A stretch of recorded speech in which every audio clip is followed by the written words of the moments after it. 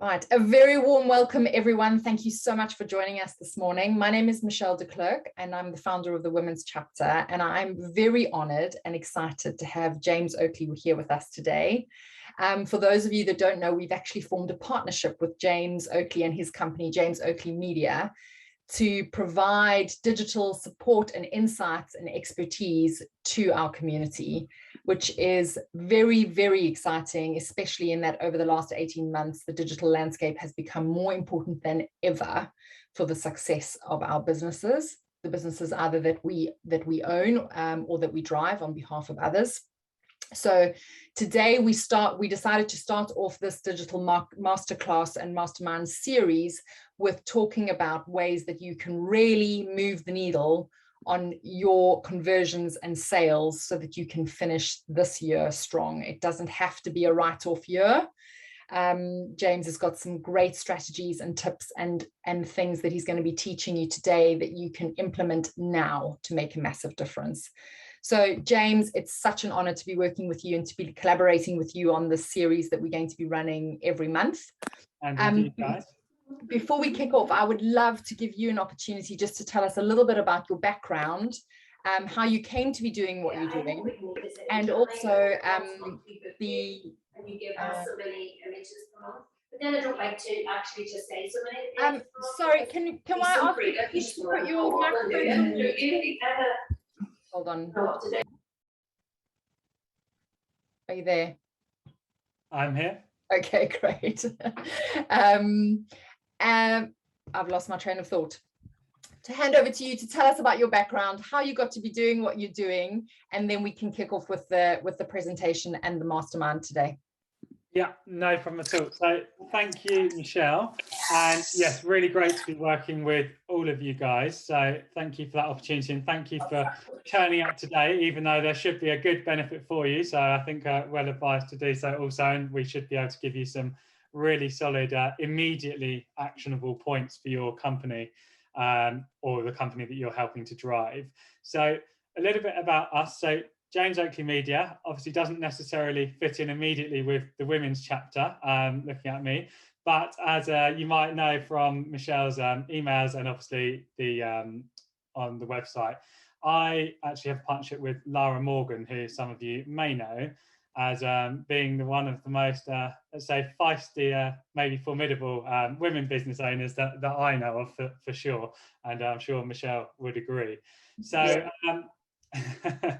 I previously ran a travel company, and before I exited in 2017, one of the major things we did was work with digital agencies, obviously who we hired, and we had a major issue in that we found a lot of them were unaccountable and didn't have a major ROI focus. We'd receive reports, things like 30, 40 pages each month of statistics, things like that, that really weren't that relevant to a business where we needed to know what the ROI was in order to obviously drive our forecasting, sales, products, etc. for the year. So that's essentially what I wanted to create upon exiting in 2017. And by chance, I've been to one of Lara's seminars a couple of years before, and I actually gave her an email just effectively looking for her to come in and do a couple of days on actually setting up a digital agency with me using her expertise, frankly, because she exited with a lot more zeros on the end with her company than I did. So I thought that would be a good place to start. So in that sense, actually by chance, she now runs a group of companies and she needed some digital expertise for a couple of them. So we sort of reached an agreement whereby actually, if we did a good job on the digital companies, she'd give me some of her expertise on actually building the business from my end. And that's where we've gone from then. And then earlier this year, effectively, she actually became a investor in the company. And that's where we are today. So now we work with a number of her companies. I can see Justine has actually just joined, who's helping to drive Centered, one of Lara's companies at the moment. So hi, Justine. And that's where we are today. And that's the relationship that we have. So really what we focus on is having a really return on investment focused product ourselves. And I say product because obviously we provide a service, but our product is effectively to give you more cash than you're spending on your digital marketing, whether that's straight away on pay-per-click, whether that's on your website, actually whether that's on SEO, Although today, the major parts I'm going to focus on are obviously 3-month actionable terms. So things like pay-per-click will be more featured today than, say, SEO, because that's slightly a longer game. So this is all designed to get your Q4 in as good a shape as it can possibly be. So that's where we sort of begin on. And Michelle, I don't know if there's anything else you want to do on the introductions wise, but if not, effectively, I'll come in off that and we can begin and using some real life examples as well. Yeah, no, I think, James, it's just really important, you know, that we're talking about these things now, because I think is for the feedback that I get across the women's chapter, the business owners that are in our community and those that work for other business owners, digital marketing and marketing is such a challenge. And I think it's the biggest challenge that business owners face often, because launching a brand and taking your business to market is one thing, but actually that's when the hard work begins and carving out market share for yourself. So I think it's something that we are all realizing we can't turn a blind eye to, and we have to get educated, navigate the terminology and the lingo, and understand how we can build strategies for our respective businesses that really work, because there's no point in spending money on digital if it's not working for us. So thank you very much for being here today. And I'm going to hand over to you now to kick off. Great. No, I will kick off, and feel free to spotlight my screen, and I'll share my screen in a moment so that you can all see. And just literally briefly before that, obviously, firstly, just to say like a big well done, obviously, to everyone in terms of who's here now, either growing a business or still growing your business post-COVID. I know as well as anyone being formerly in the travel business how much you might have been impacted. And actually one of our major segments that we worked with was on the travel side when obviously the pandemic hit. And I remember spending literally a day on the phone on 16th of March, so a week before lockdown ended, literally phoning up everybody, being like, right, what's the position we're in? So I'm all aware of sort of where you might be. And we were a combination of doing our job very well and also lucky that we had some great other sectors that we worked in.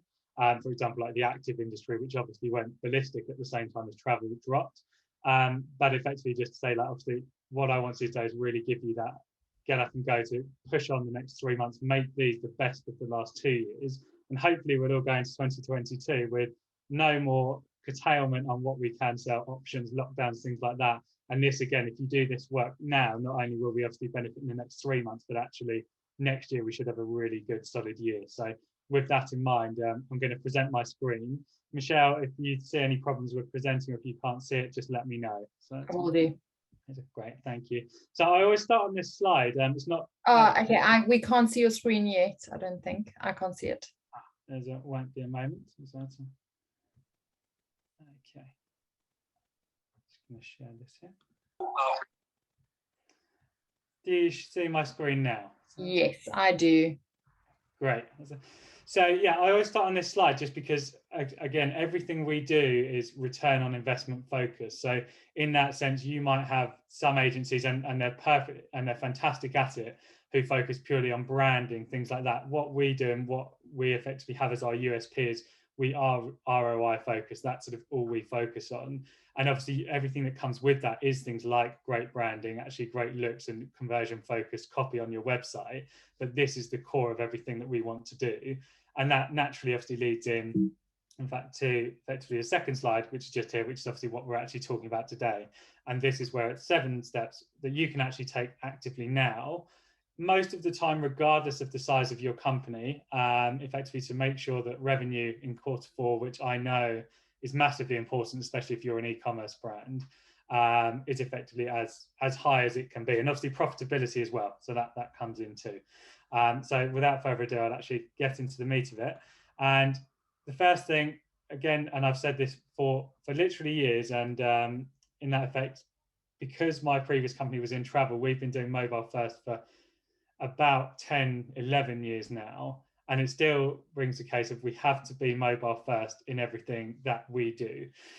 So effectively, again, in the point of being actionable, and feel free to screenshot, but of course, Michelle's got the recording too, is actually to give some steps you can literally take as of today, tomorrow, this week, to make a difference to what you're doing and make a difference to your sales online, or actually to your leads online if it's B2B. The first one, and this comes up again later, is knowing your conversion data. So in that effect, you need to know obviously who your ideal customer is. And there's the more basic ways you can do that, i.e. by looking through your Google Analytics data. Depending on the size that you're on as a company, you might also choose to invest in something like Acorn profiling for your customers, where you get a much bigger breakdown of their interests, typical ages, wealth, things like that, typical postcodes they might live in. And you also need to know, or want to know, what the difference is in your desktop and mobile conversion rates, because I would hazard a guess in most cases, and great job if it's not you, actually your desktop conversion rate is quite a bit higher than your mobile. And that's the same with actually on your average order value quite often as well, because people buy quickly on a mobile. They don't have that time. They're not sitting looking at a computer screen like lots of us are today. So know that data. Know actually, is mobile a real weak point in your business? Because actually, if you're spending, for example, let's say £2,000 a month on Google Ads, or £1,000, if you're not saying we only want to spend this on desktop, you're probably spending the majority of that money to mobiles. And if you've got a very poor mobile converting website, then obviously that's something you can immediately stop doing. And you can say, as an example, on Google Ads, you want to reduce your mobile bidding by 75%, for example, and that will cut out a lot of your spending waste. If you know your mobile site isn't good enough yet, then actually that's something you can cut off almost immediately today and focus on desktop while you actually bring your mobile site up to standard. Because unlike a desktop where you might have 8 to 10 seconds, you've probably got 3 to 5, because you get your opening screen that everybody can see, and actually that's about it. If you haven't engaged somebody on that first before they scroll on a mobile, there's a good chance they're going to click back and go back to Google, or click off it and go back to Facebook, wherever they've come to your website from. So that's really important. You want a clear call to action. And when you're spending your own money effectively on things like advertising, or your own time, if it's driving people through organic social or Pinterest, something like that, you probably want to actually have mobile pages which are built just for mobile, which are different, because I act differently and lots of people do when they're on their mobiles. So pre-pandemic, it was you'd have people browsing on the tube, things like that, and now that's coming back a lot more. If you're doing that, or talking to your friend in Costa, then you're certainly not going to be as engaged as you would be, say, if you're sitting at a computer looking and thinking about buying a product. So we need to have that customized ad copy, customized landing pages. And the final thing is we want strong, clear calls to action, either to build sales, which is obviously what we want, or actually to build a database which will turn into sales. And on a side note, in the ideal world, you might know the percentage of your database that buys after being on your list for 6 months, to give you an idea of what you can actually forecast sales-wise based on your communications. So mobile first, still worth really pressing that point. And just as on that point, literally, if I go to the next slide here, thank you very much to, as I say, the two companies who actually let me take a look at their websites before we spoke today. And Solely Original, as you can see here, and we may as well give you a plug as well, but effectively designed and tailored shoes, personalized. Now, when we look here at the websites of how they appear on mobile, I've just used the example of Allbirds, and just because actually they're very good. We don't actually work with Allbirds, but they're a really good example of a company who's got their mobile very much down to a T, of something that's very clear. And then obviously you can click through to shop men, shop women. Whereas with Solely Original, lovely website on desktop in terms of it gives you what you need, you can design, but it doesn't actually respond on a mobile. And actually you can see there that effectively it doesn't slim down in the same way that Allbirds does when you visit it on a mobile. And that's going to make a difference to conversions. And I can see here again that Solely Original is actually bidding on certain Google AdWords for things like Shoes of Prey, Nordstrom Shoes of Prey in the US, and other keywords in the UK. Now, again, taking that Google AdWords analogy earlier, I would, unless you're already doing it, in which case, well done, I would say actually we want to take off a lot of the mobile bidding, or certainly bring down the amount we're willing to bid, because actually we're going to get higher conversions on the desktop, because we have a great desktop site that works, but mobile simply doesn't work quite as well. So I'd say that's definitely something which you can do on an immediate basis, actually, which is going to grow your business long term, because your budget will go a lot further when you're focusing on that desktop element. And just, I wanted to bring up something separately to that, which is just on the bottom image, which you tell me if it's too small, Michelle, or anybody, I can try and enlarge it. But essentially, it's two pieces of copy on a Google Ads from years ago, whereby you'll see they're exactly the same copy, but one says mobile friendly on the end and one says see videos, dates and prices. What you'll also see is the click-through rate for the copy which said mobile friendly was double that, literally, of the click-through rate of the one that did not say mobile friendly. And the average cost per click, therefore, was about 40% less as well. Now, the big takeaway from that is people were sick of unfriendly mobile websites 3 or 4 years ago. So if we're not having a mobile first and mobile friendly website now, then we need to get on that ASAP. And we certainly say shouldn't be spending lots of money advertising on a mobile if we don't think actually that our websites are up to scratch. We want to really focus our spend to where we're going to get the best return, especially at the moment whereby there's a good chance Amazon, if you're selling on Amazon, will be bidding against you, and you want that data from having your own customers and the additional profit margins that come with that. You need to make sure you're really hot on mobile to get that cost per click as low as possible and to get your conversions as high as possible. So mobile first and keep going. Cut mobile spend if it's not good enough, but make sure you focus on where your ROI is a big sort of first takeout for where I'd advise, and you could probably make some immediate changes to your business based on that.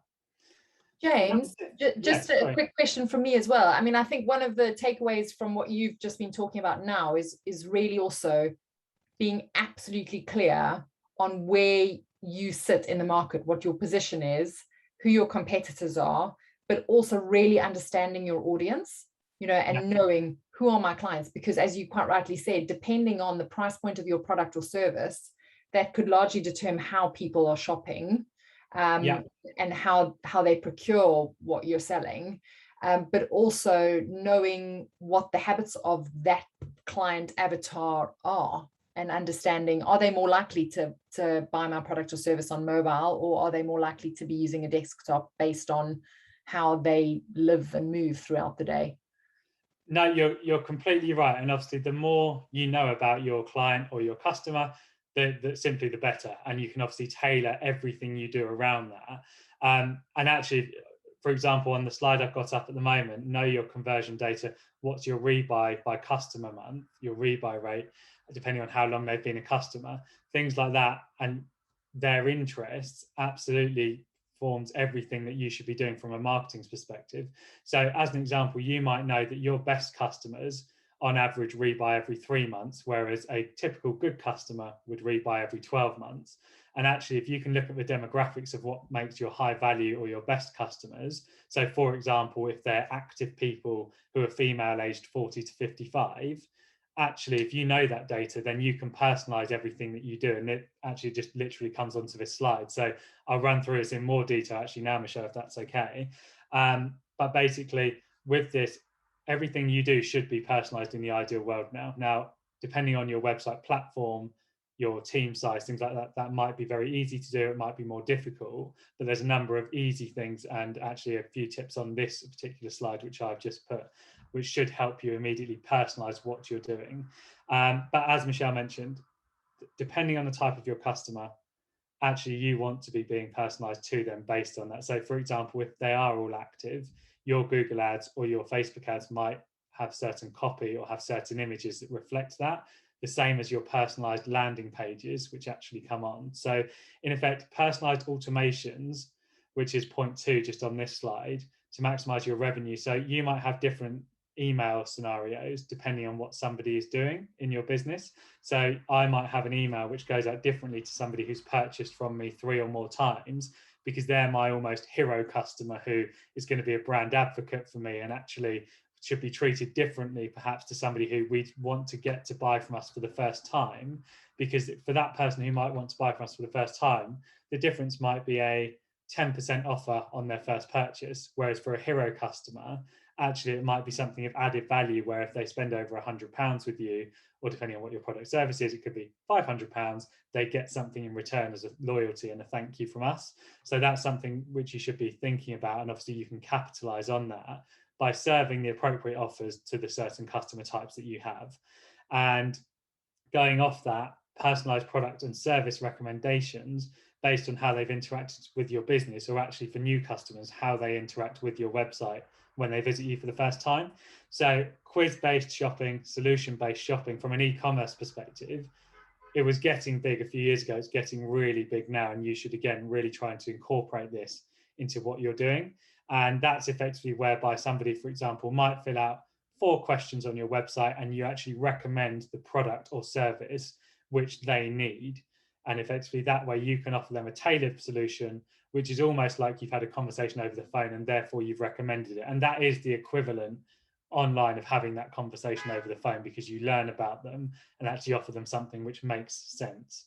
For those of you who might not have something, and by the way, if you're on, say, Shopify or WordPress, something like that, actually it's going to be very easy to implement something like that, and I'd highly recommend it. But if that's going to be tough, or there's sort of a slight lead time, you can easily pick up on personalization, which actually for your customer group is going to be something that's quick. So for example, if you have green credentials, you've won awards, let's say you've been featured in Vogue, something like that, then absolutely you want to be including that, because that's the most basics of personalization, whereby you know that 90% of your customer base are going to identify with that, and you can hop on that and make that change probably within the next 24 hours. The quiz-based and shopping-based solutions might take a week, for example. So this is something you could literally do today at little to no effort, of making sure that people know about actually what your green credentials are, or what awards your business has taken or won or been entered to, and don't have to have won it. So let's make sure that that is actually really on point effectively. And to illustrate a direct example of that, if we go here, so what we've got is an example, and this is actually one of our clients, Puro Bargi, and effectively you can see here we've got a skin test which is on the website. People can fill out actual questions about their skin, tell us their problems, the equivalent of an online consultation on the phone, and actually then products are recommended based on those answers. Whereas as an example with actually StarCat, and thank you by the way again for letting me have a look at your website in advance, straight away actually on the mobile site, it's here is how we can help. And although it's a bit small, at least I understand what you do in terms of your Middle East experts, and then you've got the lines underneath. Now, aside from actually effectively making that text larger so that it's easier to read, you could actually have effectively a funnel of, let's say, 3 reasons people would typically get in touch with you. And actually then you'll be able to monitor who clicks on which funnels. So you'll learn what type of people are visiting your website, even if they're not directly inquiring with you, which will of course help you personalize the website in future. But actually it also means that if I click through on one of those funnels and I go through and then see a landing page which is directly related to my problem or what I want to achieve goal-wise, I'm far more likely to get in touch, because actually you've shown that you have an expertise in my area. So if that makes sense, the difference between, say, these 2 websites, although one's B2C and one's B2B, is actually one almost has a funnel effectively, whereby I can come through, and actually this is on the homepage as well, to take the skin test. Whereas say with StarCat, and you could again make this change fairly quickly, is actually I haven't been offered a range of options which show you have an expertise in what I want to achieve. So in that sense, whether it was, say, sales training for a new team which is in international expansion, whether it was for something else, and then you might have, say, 2 or 3 primary areas. If you can tell me which ones they are, actually I know that you understand my business, and therefore I'm more likely to give you my business, which is obviously what you want. So that should generate you more leads off the bat. So certainly from a personalization perspective, we want to be doing this as much as possible, certainly in e-commerce, but also B2B equally. It's just that we need to do it in a better way, because something like on e-commerce wouldn't work in the same way. So it might be, say, by that funneling and making sure people get where they want very quickly. The third point, and Michelle, again, if you want to run over anything on that, please let me know. But the third point is making sure that you've got content that's really conversion focused and engaging. So I've just used, again, real life examples of drafts, things like that, actually with a couple of Lara's companies and Kitbricks as well, which both me and Lara have a stake in that company too, just to show samples of obviously branding, things like that. But on the right hand side, you see there's always that split between, actually, am I thinking about my web design and how good my website looks, or am I thinking about how well my website converts? And there's going to be a striking of balance which you'll need to achieve between looking good but also converting on your site. And things like that personalization aspect means you can be really focused on somebody's problem while still actually having a great and consistent brand look. And that's something which I think we should all be looking to achieve, because if you simply have your web designer design, actually you won't necessarily convert, because everything might look amazing, but the calls to action and click-throughs are in the wrong place. And some examples again of how we do this, and I've got examples of, say, that key core brand look for different companies just on the top image there. But actually we've got on the bottom two images here on the left hand side, these are Facebook ads, and this is with a company called Kitbricks. And actually you can see here how actually Kitbricks is made up primarily of runners, swimmers, cyclists and triathletes. Those are sort of the four groups that form Kitbricks' customer base. And actually what we did is we targeted people who were similar to Kitbricks' buyers, who had an interest in swimming, for example, in the bottom left image. And actually we had content which was really going to engage with them. And this was meant as a database builder, effectively, to actually build our database up that we could sell to over the course of time, because we know that X percentage of our database will buy within 6 months of being added to it. So it's very much, it was done for that reason. But actually it surprised us, because our ROI, which we were expecting to be almost zero or close to zero, and effectively we were just looking to build the database, people actually began buying the bags as well. So we were able to run this ad on the bottom left for a lot longer than we expected to, because actually it was really engaging with the people who did it, and they not only read the article, but when we had our Kitbricks plug for swimmers at the end, actually a percentage of people were buying it, which was high enough for us to keep running this ad actually for a few months, rather than what we wanted to originally, which was just a couple of weeks. So the more personalized we can be in our advertising, as well as, say, our websites, that's going to help us build a bigger database, and also a bigger database of customers. And obviously you want to split that database of who is my potential customer and actually who is my customer. And if you can build more obviously on the customer side, then you can begin actually remarketing and personalizing that messaging in a completely different way. So just to keep in mind, always a balance between design and conversion. I naturally come down slightly more on the conversion side of things, but actually the design, of course, from a brand tone and overall look is equally important. On that note, and on Kitbricks, split testing relentlessly. And I wanted to, again, try to give you a couple of direct examples of real life tests, and just very basic examples here of something whereby we've effectively got an ad which is exactly the same copy as you'll see on the left hand side, and actually one simply says shop now and one simply says get offer in the call to action on the bottom right. What you'll see is on the right hand side with the statistics is actually the conversions. Shop now for an add to cart cost £2.50, or actually if it had the words get offer in, the adds to cart cost £1.82, which was a 27% decrease in that cost. So that is a significant difference if, say, you're pushing and spending money on your online marketing, bringing down your cost per customer or your cost per add to cart by 27%. Actually, that might mean the difference between having a return on investment for you, which is really high, and actually a return on investment which is simply average or covers your costs. So you could actually potentially build your business with that kind of a difference. What you'll often get is more results like the bottom image, which just simply has 5,500 views approximately for each. And in this example, and I don't have the images, but it just shows here the revenue per view was 15% higher, with number of sales 18% higher, when we had a particular color of image in this test that I'm thinking about that we did. Whereas actually when we had the previous color, the results were almost about 20% less revenue, 20% less conversion rate. So just by simply changing the colors, which for example might be on your Shopify store or your WooCommerce store if you're on WordPress, you can actually make a big difference to how many people are clicking through and buying your product, as opposed to simply clicking off and going back to Facebook or wherever they were beforehand. Has anybody, I'll open this up to the group, but obviously feel free to come off mute. Has anybody done this and got really good examples, or actually has anybody tried split testing and not had the results that they wanted to get? Anyone have feedback?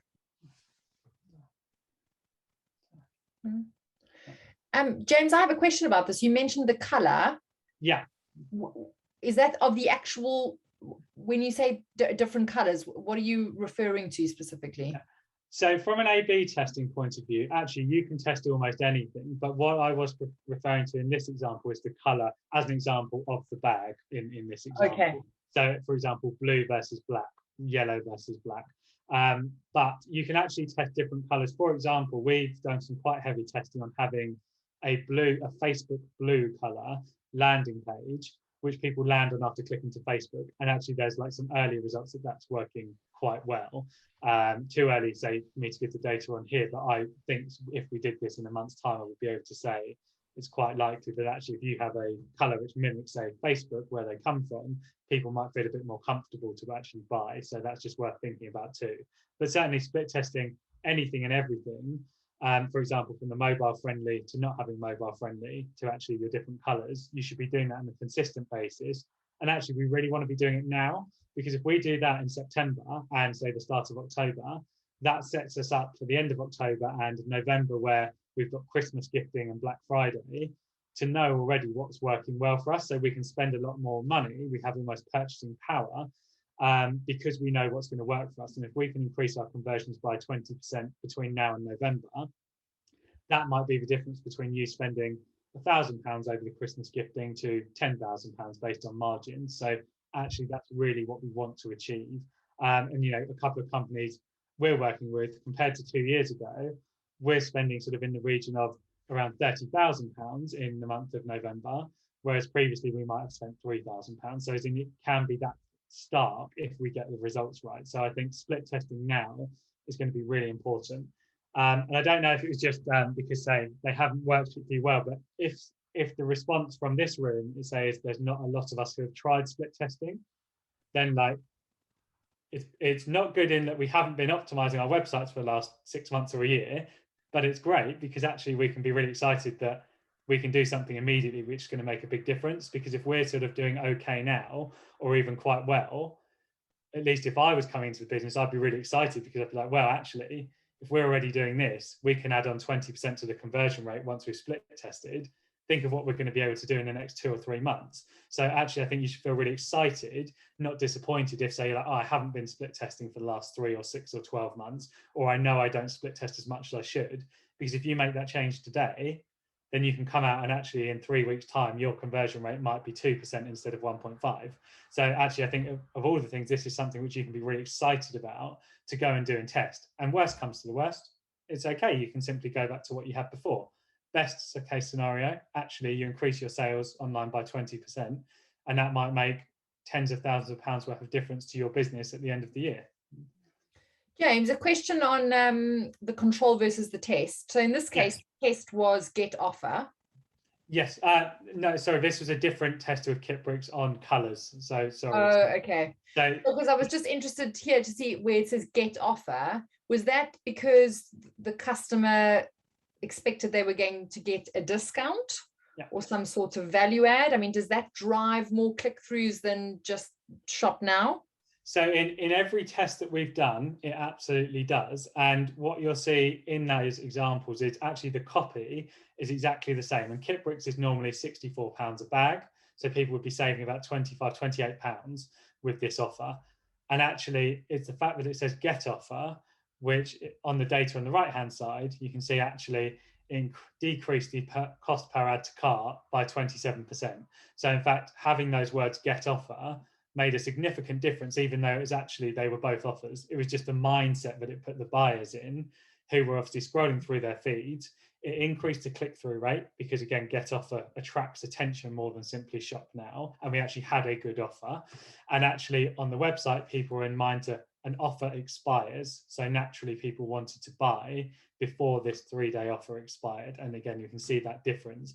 And especially for something as an example around November, whereby there will be discounting going on in various sectors, and obviously Christmas gifting, where bundles and added value are going to be a major part of what we do, then obviously that's going to be great. If we know that get offer works better already, we can change that copy, not just on ads, but actually on the website as well. So all of our bundles, if you've got a bundle on your website where you buy 3 items, say 15%, we want to be telling them that they're saving 15% and this is an offer, because then actually people will be more inclined to buy than say wait on that purchase decision when an offer may expire.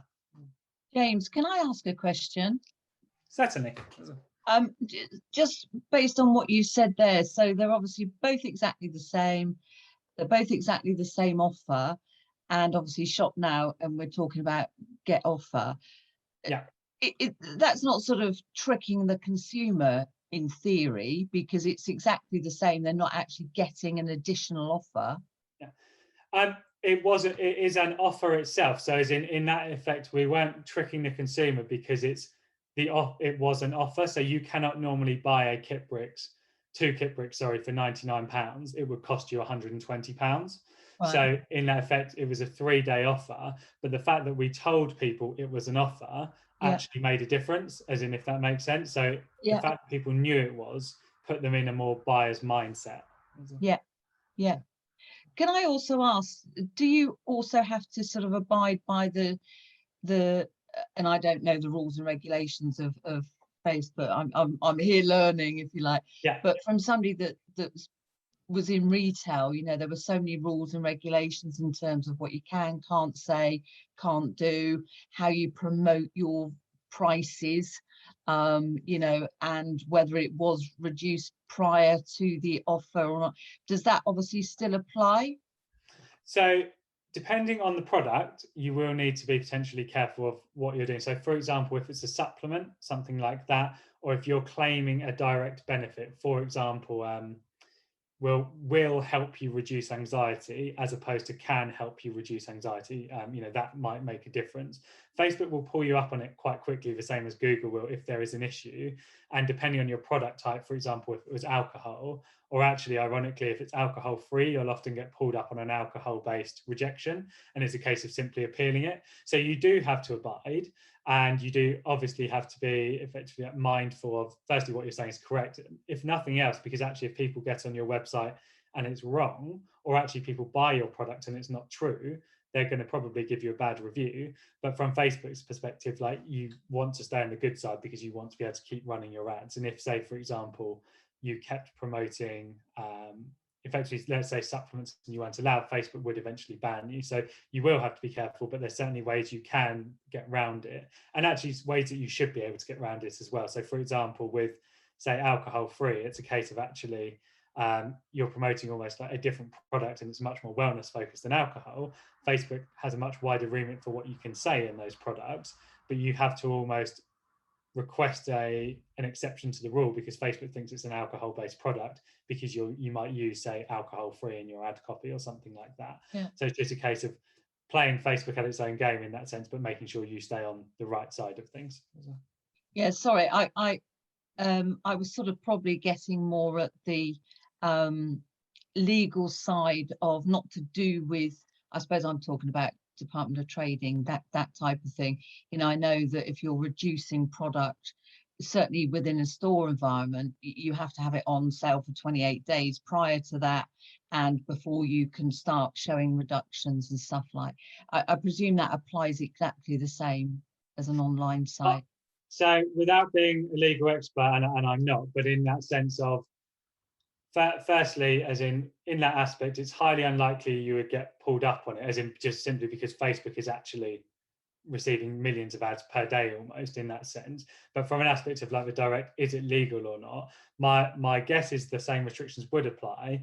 But actually, I would think of it as slightly strange if, say, you put your new product on and then obviously said it was on a sale. What obviously you can do, and what we would normally suggest, so for example, when we release a new product at Kitbricks, is actually you might get a pre-order price, which effectively gives you a better price if you pre-order, or something like that, 10% off, say, if you pre-order the product before it's out. So that's sort of how I would, again, go around it in that way. But I would stress I'm not a legal expert, so you probably need to check separately from me. As good as I am on the Facebook ad side of things. Thank you. Thanks. James, just to check in, we've got 20 minutes left, so I think we can move on. There we go. Brilliant. Thanks. No problem at all. So yeah, just got a couple more to run through. So this is more, again, just actually as a takeaway, and Michelle obviously will send around, so, or you can screenshot it, but essentially making sure you increase your average order value to being as high as you possibly can. And it's just a case of actually, here you go, you can take this as, are you doing this at the moment, and what you might need to do it. So for example, on a bundle offer, you'd want a custom landing page. For an offer at checkout, you of course wouldn't need a custom landing page. So I just advise taking a look at that and implementing some of those in order to up your average order value. And again, split test it, see what works best, and actually then you can take that forwards with your business in, say, October, November, December, when Q4 is at its most important for you, if, say, you're on e-commerce. Finally, as you said, second to last, but this is actually really important as well. So depending on your team or actually effectively on your external team or partners if, say, you use a marketing agency. I think real accountability is going to be super important from an aspect of you want to know, and this is what I wanted to know, of how you can forecast, how we can track, and actually how we're really doing in a comparison. So what I would suggest is to everybody is to look to build towards something along the lines of what we're doing in this example, whereby you actually have the agency fee, if it's an agency, or your team's time spent on, say, the digital marketing, particular things like PPC or Facebook ads, what stock discounting or giving or gifting you're doing, so that you know the full actual cost of your marketing that you're doing, measure that against your actual sales, and therefore looking at the total revenue projection and what your effective true ROI is. And I would say a lot of agencies, they will simply come back and say, oh, we've had a few sales of this week, this is working well, this isn't working very well. For me, that wasn't, and it's not good enough. So I would say whether it's something like this, or actually whether it's a spreadsheet which simply has, here is how much we've spent, here are the number of sales, this is what's worked well, this is what hasn't worked well, based on this, here's what I want to achieve in the next month. That's what we really want to be doing, because your digital marketing will be a lot more seamless and better if you're able to introduce things like this into it. So from that aspect, again, feel free to take a screenshot, but it allows constant measurement and forecasting, because if we can forecast, then obviously that allows you with stock or with service and team size, if it's services, to actually really get ready and account for what you're going to be doing in 2021 and 2022. So you want to look at the true cost and actually the true revenue to get your real ROI. And actually you want to then take into account, ideally, how far over 6 and 12 months people are going to rebuy or reuse your services, because that gives you your true 12-month ROI, and that actually gives you your long-term cash flow. So absolutely you want to be doing that now, because Black Friday for e-commerce, and certainly gifting in December, is going to be a major part of how your 2022 turns out, depending on how much effectively cash flow you have from 2021. Final slide, and then obviously move on to any questions, is selling solution-based packages. So again, always happy to effectively give a plug to any company we're working with, but Lara, I know, would do exactly the same for hers. And I've used Centered here as an example, is actually when you're selling your, especially from an e-commerce based perspective, but actually from a services too, you want to be able to make sure that you don't just sell a single product, that actually ideally you actually sell a package of products, because that of course does everything like conversion rate, getting your average order value up, and increases your overall revenue and profit margins. So with Centered, I've just taken the example of how do you want to feel, and this is very much a Centered push. And actually based on that, for example, if I'm feeling stressed out or I'm not sleeping well, I've immediately got a package of products once I click through on the shop now on either of these options, which gives me a solution to my issue. So in that sense, I'm almost shopping by solution, not by, say, just pressing the item that actually I'm interested in. Actually, I'm shopping because I want to sleep better, or I'm shopping because I am stressed, or I need to focus at work or the gym or whatever that might be. And then, of course, with that, you can absolutely jump on and make sure that your advertising reflects exactly that. So, for example, on the ad on the right-hand side, you'll see here, this is one of Centered's better performing ads. And we've got here, actually, you can see there's been nearly 700 comments, 150 shares, lots of likes, but it's very much around how to sleep better. And you can see that actually the testimonial, which we've included, is completely about sleep. And the solution, do you miss being so deep in sleep the sound of your alarm clock wakes you up? We know that actually people have that problem, and we're offering a direct solution to it, in terms of people come on the website and actually we'd send them straight to the Sleep Well page. They wouldn't even need to funnel through. But it just means that effectively we're selling a solution, not simply a product. And that makes all of the difference from a buyer's perspective, as to actually how they're going to interact with your site, your conversion rate, and your average order value, as I mentioned. So with that in mind, that's those 7 steps which are covered on my end. And thank you all for listening. Any questions, obviously, from Michelle or actually anybody else as well, I'd be more than happy to answer, or give it my best shot. Thank you so much, James. Does anyone have any questions? If you'd like to, you can either pop them in the chat, or you could unmute yourself and ask. Anyone? I have a question, James. No, for the businesses in the room that are possibly just starting out, or at the very early stages of their journey, Yeah. What advice would you have around what they should prioritize in terms of marketing spend? And I know many of them might not even have marketing spend allocated because, you know, in the early days, we were all bootstrapping. What are the priorities for an early stage business in terms of digital marketing? Yeah. So if you're truly early stage, whereby you don't have that budget, and let's say you're thinking, I just don't know where that sale's going to come from, or where that first piece of traffic is going to come from, and I've just built my website and that's pretty much all I've got as such. The truth is, you need to do something which is different and unique and which gets people attention. And a direct example of that actually is a company called Yogi Bear, and they grew completely organically from Instagram because the founder, Kat, actually was doing something which was very unique and completely different. And actually, with my first travel company, we started completely on Facebook, back when Facebook actually lets you effectively advertise your business page without paying them. And we actually did things which, again, were trying to be extremely different. So you need to be original and catch people's attention. You can still do that with places like Instagram, because actually it's a time-based algorithm. And if you've got something which is really special, people will share it. So I think you do need to do something which is a bit different. You can't simply build your website and hope, say, for example, that you'll begin getting Google traffic, because unfortunately it won't happen. But if that budget is very tight, being really original, actually being heartfelt, make sure you use LinkedIn as well. Actually, you want to garner people's attention as much as possible, because the only way you're going to be able to do it in, you know, from those first 6 months is going to be organically. So really make sure you have a standout point of difference. And actually don't be afraid, you know, to get in touch, tweet or message, for example, influencers who would normally say only work for a fee, providing that you've got something really special to offer and show them that's, say, really useful to their followers, something like that. So don't be afraid to do that, because you will get the odd plug per, say, 50 people that you message or tweet. So I think being original, being different, is the only way you're going to get massive traction right at the start. And you can do that with almost anything. So there's millions of yoga companies out there, and Yogi Bear's actually grown, as I say, completely from there. And then we've been able to take it to that next stage digitally. But before that, there was no budget to, say, work with an external agency or to hire team members. It was done completely effectively on Instagram by being different and being special.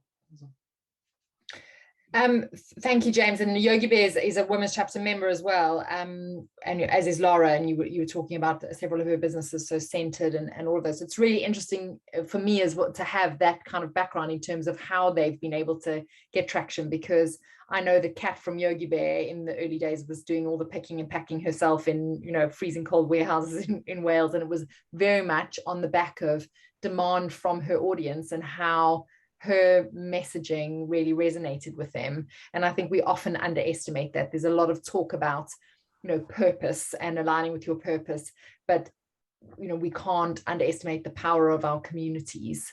No. And you know, putting, you know, being really true to ourselves and authentic, and that's how you get traction in those early days, isn't it? Completely. And on the subject of authentic, actually another women's chapter member, Morley Rituals and Anita and Bitu, if you take a look at their Instagram, you'll see there they often do Instagram Fridays live. They do lots of Instagram lives. Their story is really authentic, and you'd know it. You'd remember them once you'd seen them. And absolutely, like, that's, you know, a really ideal way to be, because it makes you want to buy from them, because you know their story and you know it's personal and it's them, and you can really get involved. So certainly that would make, I would encourage everybody to try and build that story. We've had a couple of questions. Emma's asking, how would you market without an offer or discount? Yeah. So by focusing on really a solution-based answer to somebody's issue. So for example, with that ad which I showed of Centered before, actually you can get effectively 10% off by simply signing up on the website. It's technically no more of an offer than which is standard, but obviously because it's solution-based, it brings people in. With, say, actually just simply marketing your product, being really solution focused. So for example, with the kit brick sample earlier, whereby actually we're very targeted in our ads. We targeted only swimmers, outdoor swimmers as well, who were similar to previous purchases. That meant that we didn't need to have that lower barrier of entry because people already wanted a product like ours and we had a solution for people like them. So providing you can match somebody and niche your product well. And by the way, on the subject of niching, like that's something which I've sort of wrestled with personally, you know, for a long time, because we do have a really strong travel, sustainability and wellness background. And there's no harm in it at all, because actually when you specialize in something, let's say as an example on e-commerce, actually it makes people know that your product is even more suited for them, built by somebody who is like them. So in that essence, I'd really focus on the strengths of your product for those consumers and be really niche and branch out once you've, you know, got your niche in place. That's how I'd certainly go about it without having an offer. Fantastic. Does anyone else have any other questions? Let's just see, Caroline. Great points, especially on design and conversion balance, definitely. I mean, I have a question on discounting, and funny enough, this relates to an example that I've had this week where I've been wanting to buy a mirror from this company that I found them on Instagram. I love their products, and it's interesting how you were talking about that reference to Vogue and how, you know, clients resonate. So they've been featured in all the different publications that I read, and so I wanted to buy a mirror, but I've noticed over the last few weeks they did a bank holiday offer. Then sometimes they have 16% off, sometimes they have 18% off. So they have this little banner that flashes on the top of their website. But what's actually happened for me, and I wonder if this is a psychology thing that maybe you can give some insights into, is that I'm now nervous to buy the mirror now, because I'm wondering if in a few weeks' time, or in, you know, that there's going to be some other offer that I'm going to miss out on. And it, you know, it's an expensive mirror, so a few percentage points actually make a difference. How do you find that balance between, you know, incentivizing people to get an offer or to take something up, or scaring them away completely because it undermines their confidence? Yeah. So two ways and two direct examples actually, which I think would help with that answer. Now, at the end of the day, you might get somebody who purchases and then 2 weeks later say you have your, you know, a sale on or something like that, and you just have to accept it. But personalized offers help. So for example, on a couple of companies we work with, if somebody adds to the cart but doesn't buy for over 48 hours, actually we make sure that on Facebook we have sort of almost like a cheeky style message which comes up and something along the lines of, caught you looking, here's 10% off to take, you know, effectively encourage you to make the jump in that essence. So we're being open about it, but actually you'd only get that if you've added to the cart and not purchased. If you've made a purchase, you're automatically excluded from seeing the ad. So there's like a protection there that you can do so that people don't get annoyed who did go and buy, as an example, the mirror two weeks ago. The second point, and this relates really to Black Friday, and this is going to be important because if you're in e-commerce, it's going to be either a tough time because you know everybody else will be discounting and you're not, or a tough time because you're thinking we need to sell because we've got a 20% discount on and therefore our margins are less. November the 1st, there's going to be offers all over the place, and I can guarantee that now. It's Black November, not Black Friday, just to warn you all. But in that essence, what we're looking at doing actually is having offers which run by week with a guarantee that they will not be cheaper on Black Friday, but it will be a much lesser than, say, a usual store whereby they have 20% off everything over Black Friday weekend. For example, in Puro Bargi's case, I'm using them as an example, we're not actually doing this, but it might be, say, 20% off cleansers this week, Monday to Sunday, and we guarantee the price won't go lower on Black Friday. Then the next week, it might be 20% off moisturizers. And that way we avoid having to drop all of our prices for the whole of November, which is what it's getting to if you're really getting involved in Black Friday. And I would want to avoid that at all costs. But you're still being involved enough that actually people will buy from you with the guarantee that they know it's not going to go lower. And at the end of the day, I imagine we're all in the same boat of, I don't like discounting, I don't like sales effectively. And the fewer we can do, the better. But if it's a case of in your industry, you're like, I know we're going to have to do it, then try and protect yourself by having very targeted advertising and automations. And as I say, with something like, say, Klaviyo, Active Campaign, to an extent, MailChimp, but not as much, you can protect yourself like that. And then also, as I say, things like a guarantee, actually, whether it's a guarantee on, say, for example, this price won't go lower, or a guarantee of say sleep better tomorrow, your money back, as long as you're willing to back it up, actually either of those, I can tell you from experience, will work better than if you don't have the guarantee. And a question on, you mentioned, I think it was in the first couple of slides, really understanding your audience, knowing how frequently people repurchase from you, etc. What systems would you recommend that business owners use to track that kind of information? Because if you were just starting out and you wanted to put these processes and systems in place, how do you start? So if you're just starting out and you're on Shopify, which you might be if you're on e-commerce, Shopify does some of that work for you and it makes your life easier. So if you're on Shopify, you can do what I've talked about as of today. And by the way, feel free to email me if you like some assistance to actually look up how to do that. With, say, for example, WordPress, other platforms, effectively, you'd either want to have something like a CRM, whereby actually you can see that and filter, or actually by using your email client, depending on what you've already got. So MailChimp offers a free service up to a certain number of people on your list for those who are just starting out. And if, say, you're actually slightly further along in your business journey, then either on the paid options or, say, with ActiveCampaign or Klaviyo, you will actually have the options to filter, say, by people who have spent over £80 with you or who have purchased a certain product. So then you'll be able to send them targeted messages or targeted Facebook messages, for example. So there are easy, low cost or no cost ways to do it, as well as actually where you can get slightly more advanced, but you don't need it unless you're actually beginning to really run in your business of sort of turning over that 100,000 plus per year. And on that point, actually, we were talking about, digital marketing spend. Do you have a tipping point that you would recommend for businesses to start thinking about actually allocating a monthly spend to Google Ads, pay-per-clicks, or Facebook marketing, or wherever they decide to put their money? I mean, at what point would you say to a business, you should be investing in this? So I would actually say to a business, you should be running certain types of advertising and spend at certain levels in your business. So, for example, if you're a start-out business, actually, I would still say you should be doing Facebook remarketing, because actually then you only target people who have previously visited your website for a particular reason. You don't spend any money on people who don't know who your company is or what your website is.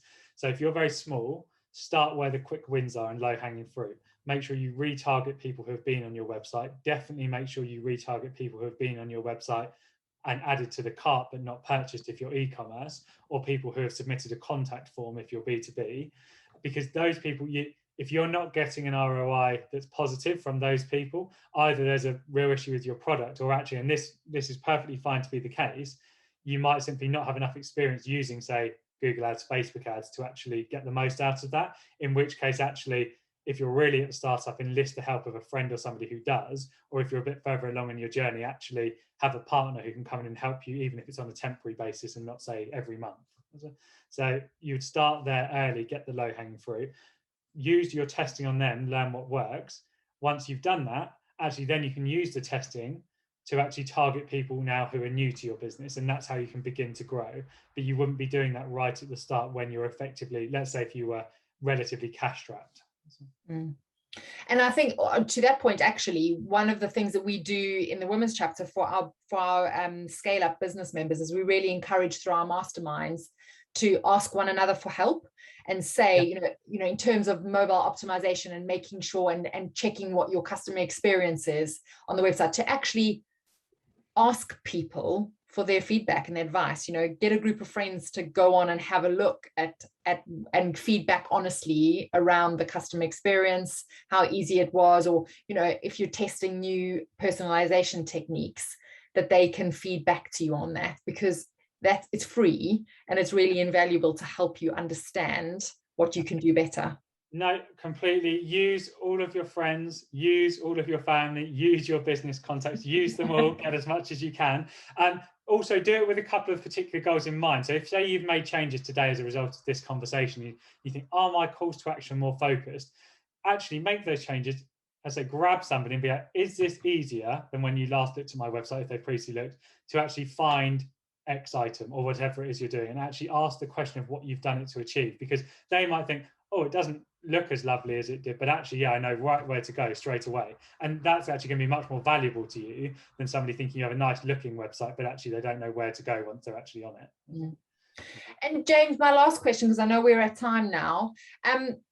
If a business goes ahead and decides to allocate £600 a month to digital marketing, yeah, how long should those campaigns run before they know that it's working? Should you see an instant return? I mean, in that 1 month, or is there a minimum amount of time that you need to run something for in order to understand?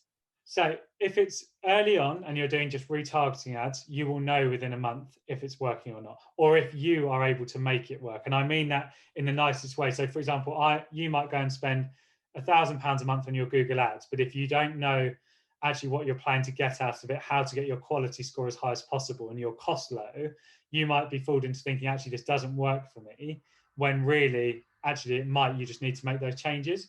So it's a case of actually knowing where your strengths are, spend time learning a particular area, or have someone in your team, as I say, or, or actually a partner who does that with you, because actually at least then you get the real answer as to where your business is, say, on a particular platform.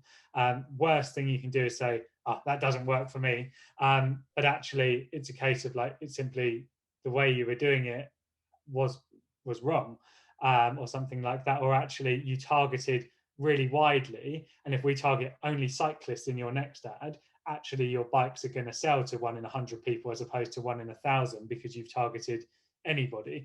Especially if you have a premium based product, you need to be very tight in what you're doing, because actually people need to know the benefits in order to want to pay more, rather than say look for the cheapest product in that category. So you absolutely need to be targeting right on the ball as well. You can learn it, as I say, but if you want to shorten it, then use a friend or a partner or something like that. And make sure, if you do, and like, again, I say this from personal experience, not because I run an agency, is have real targets put in with whoever you do work with, if you're paying them. So whether it's your team or say an agency, you don't want to be signing up for a 6-month contract or a 12-month contract, because actually they might give you terrible results after 2 months and you're not getting any value for your money and you're stuck, or it's a pain to get out of. So please never sign a digital contract with a new agency for anything more than 2-3 months, because they should be able to give you the results from anything that's paid within that time scale. If it's SEO, it might be a bit longer, but from Facebook ads, pay-per-click on Google, website conversion, no more than 2-3 months. You do not need it. And if they can't get you results in that time, you shouldn't be working with them. Fantastic. Well, I think that's really good advice to end on today. Thank you so much, James. I know that we packed a lot into the session, and I've had a couple of requests, people asking if we could send the presentation. Are you comfortable with that, James? Yeah, maybe just send a PDF version around. I can attach that to the email when I circulate the recording. And should people get in touch with you if they have further questions? Yeah, absolutely. So in that sense, if you, on the presentation that Michelle will send round, my email's on there. I'll also add my personal number, so if there's anything, you can give me a call. And what I would say is, as well, just as part of obviously the partnership that we're doing with the women's chapter, if any of you would like a particular audit on one of your channels, so for example, you just say, let me know what my SEO is like, or take a look at these ads I'm playing, I'm more than happy for me or one of our team to take a look at that over the course of September and October. So feel free, again, to pop that in on an email, and we're happy to take it from there and eventually give you some value straight away. And again, actually, one last thing for everybody on the side of value, make sure you do give that value straight up. So if you have a real solution, have either a video guide or something like that that people can engage with, which actually gives them some immediate value before they've effectively bought your product. It will make people more invested, and actually it'll give people a chance for you to show what you can do to that customer or client. And so I'd always say give value first. You certainly don't need to hold back until somebody's purchased from you. Amazing. Thank you so much, James. That was really, really insightful. And I've kind of been scribbling down notes here and thinking about all the things that I need to do differently. So thank you very much. And I hope that that has sparked some impetus in the others to kind of go back and look at these parts of the business that maybe they might not have been focusing on, or to help us have a bit more confidence to be thinking ahead and thinking big, I think. Which is a big Q4. So it's Yeah, absolutely. And I know we all need that. So thank you very much. Thank you to everyone else for joining us today. I will, as I said, circulate the recording. We just need a couple of days to edit it. And then I'll attach that presentation from James and copy him in on the email as well. So if you've got any questions, you can ping them over to him. We will be running another one of these digital masterminds next month. So have a look on our events page. I'm trying to think, I can actually tell you now what date it is. It's the 6th of October, same time, same format, and you'll be able to book that through the events page of our website. So, but we'll also be sending out emails about that in advance so that you'll be able to sign up. Thank you very much, James. Have a good day. Thank you, everybody. Have a great day, and hopefully we can make a change in the next week. So that's yeah, brilliant. That would be awesome. And I think it will also be really useful if anyone does make any changes on the back of this, if you can let James know or myself know. It's always good to have feedback and to understand how, the practical applications that these kinds of masterminds and masterclasses that we run have. So please do feedback to us and keep in touch. Brilliant. Cheers. Thank you, everyone. Thank you. Bye.